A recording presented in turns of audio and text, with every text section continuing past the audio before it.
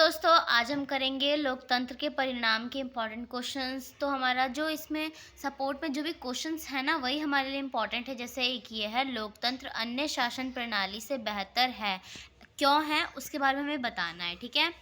उसके बाद है लोकतंत्र के राजनैतिक परिणाम। ठीक है। फिर है लोकतंत्र के आर्थिक परिणाम। और फिर हमारा लास्ट टॉपिक है कि लोकतंत्र के सामाजिक परिणाम। ठीक है। और एक है लोकतांत्रिक सरकार वैध सरकार है, क्योंकि मतलब जो हमारी वैध सरकार है ना, उसके बारे में इसमें लिखा हो, तो उसके बारे में भी हमें पढ़ना होगा। ठीक है।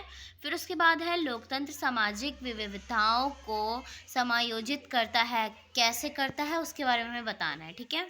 देखिए, हमारा 3, 5 और 2 नंबर वाले जो क्वेश्चंस हैं, उसमें इसका पहला ही क्वेश्चन है जो वैध सरकार के बारे में। जैसे लोकतांत्रिक सरकार वैध सरकार होती है, कथन के समर्थन में तर्क दीजिए। ठीक है।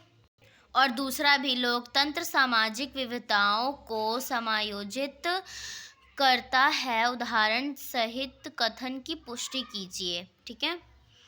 और हमारा क्वेश्चन है कि ये 5वां, लोकतंत्र की किन्हीं 5 सामान्य विशेषताओं का वर्णन कीजिए। फिर 6, लोकतंत्र में सामाजिक परिणाम का उल्लेख कीजिए। 7वां, लोकतंत्र के आर्थिक परिणामों की विवेचना कीजिए। ठीक है। और एक ये है, लोकतंत्र के अपेक्षित परिणामों का संक्षिप्त नोट लिखिए। ठीक है। अब करेंगे हम चैप्टर 5 हिस्ट्री का। ठीक है। तो इसके अंदर हमारा सबसे पहला क्वेश्चन है, शुरुआत में छपी पुस्तकें।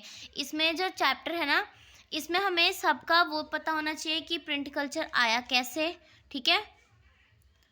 उसके बाद हमारा ये है पढ़ने का जुनून। इसके अंदर जो भी है ना, जिस चीज़ के बारे में है ना, वो आपको याद होना चाहिए और उनका सन याद होना चाहिए। कि जैसे इसमें है, फ्रांस में 1857 में सिर्फ बाल पुस्तकों को छापने के लिए एक मुद्रण लव की स्थापना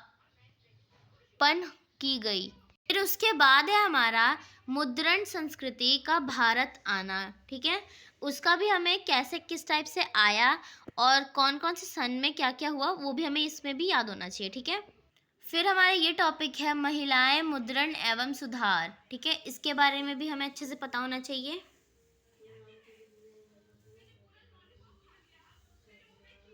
तो इसका सबसे पहला क्वेश्चन है, मुद्रण क्रांति के प्रभाव की व्याख्या कीजिए। ठीक है।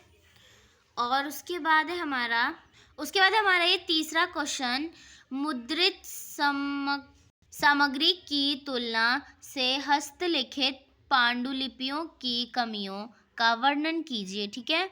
फिर चौथा क्वेश्चन है हमारा, हस्तलिपि पांडुलिपियों का उत्पादन पुस्तकों की बढ़ती मांग को पूरा क्यों नहीं कर सका, कारण बताइए। ठीक है। ये तो बहुत इजी क्वेश्चन है। किस वजह से नहीं हो पाया था? क्योंकि पहले के ज़माने में लोग हाथ से ही लिखते थे, तो उनको लिखने में ही बहुत टाइम लग जाता था, इस वजह से। ठीक है। तो और हमारा 5वां क्वेश्चन है, यूरोप में मुद्रण संस्कृति के उदय में मदद करने वाले कारकों की व्याख्या कीजिए। ठीक है। और है, भारत में प्रेस स्वतंत्रता को रोकने के लिए ब्रिटिश द्वारा क्या क्या कदम उठाए गए। ठीक है। और भारतीय महिलाओं पर मुद्रण संस्कृति का प्रभाव क्या था, उदाहरण के साथ बताइए। ठीक है। पांडुलिपियाँ क्या हैं, इसके प्रयोग की सीमाओं का वर्णन कीजिए। और हमारा लास्ट 10वां, मुद्रण क्रांति ने किस प्रकार पढ़ने के जुनून को बढ़ावा दिया। ठीक है। ये क्वेश्चन, इस टाइप के क्वेश्चन आप ऑब्जेक्टिव टाइप बहुत सारे ढूंढ सकते हैं। तो आप इस टाइप से अपने एक क्वेश्चन बनाइए और उसको भी याद करने की कोशिश करिए। मतलब जो हमारे एनसीईआरटी में है, वो भी क्वेश्चन हमें पढ़ने ही हैं। ठीक है। अब जैसे हम इसी चैप्टर में थोड़े ऑब्जेक्टिव टाइप क्वेश्चन देखते हैं। जैसे जापान में छपी सबसे पुरानी पुस्तक का नाम बताइए। ठीक है। दूसरा क्वेश्चन है, ज्योतिबा फूले द्वारा रचित पुस्तक गुलामीगिरी का मुख्य विषय क्या था। ठीक है। और क्वेश्चन है हमारा, निम्नलिखित घटनाओं को अपने कालक्रमानुसार व्यवस्थित कीजिए, ठीक है। ऐसा मतलब एक टाइप से ये जान लीजिए कि ये क्वेश्चन हमारा मिड टर्म में भी आया था, वो किसमें, जलियांवाला बाग, इन सब के बारे में चैप्टर 2 से उठ करके आया था हमारा, ठीक है। उस टाइप से यहाँ पे इस चैप्टर में भी थोड़ा अच्छे से आपको ध्यान देना है, ठीक है। एक और क्वेश्चन है हमारा, यूरोप में पहली प्रिंटिंग प्रेस का आविष्कार किसने किया? इसका आंसर है यूहान गुटनबर्ग। मतलब ये जो आंसर मैंने इसलिए बताया क्योंकि इसके बारे में भी मतलब इस चैप्टर में लिखा हुआ था, आपको इसके बारे में भी बिल्कुल अच्छे से पढ़ना है।